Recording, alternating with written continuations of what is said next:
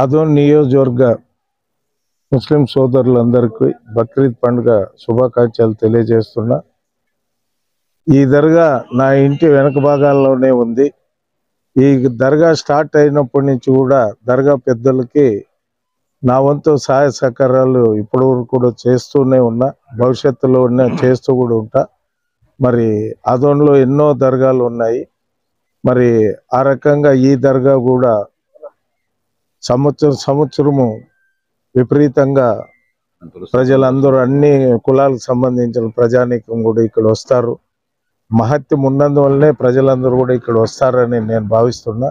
కాబట్టి ఈ దర్గా కూడా భవిష్యత్తులో ఇంకా అభివృద్ధి చెంది ఇక్కడ వచ్చిన వాళ్ళందరికీ భగవంతుడు అల్లా ఇక్కడ ఉన్న ఆయన మంచి చేస్తాడని నేను ఆశిస్తున్నాను.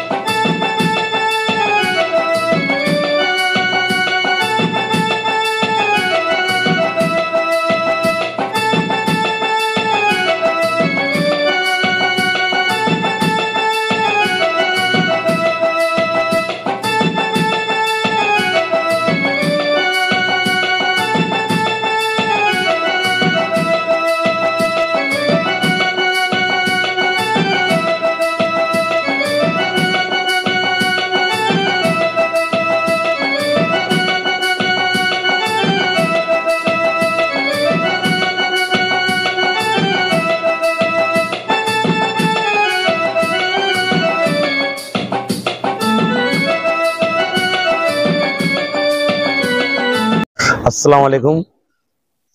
हजरत जलालुद्दीन रहमतुल्लाह अलैह गारी उरुस की వచ్చిన మన ఎమ్మెల్యే గారు మాజీ ఎమ్మెల్యే గారు మీనాక్షి నాయుడు గారికి కృతజ్ఞతలు చెప్తున్నాను.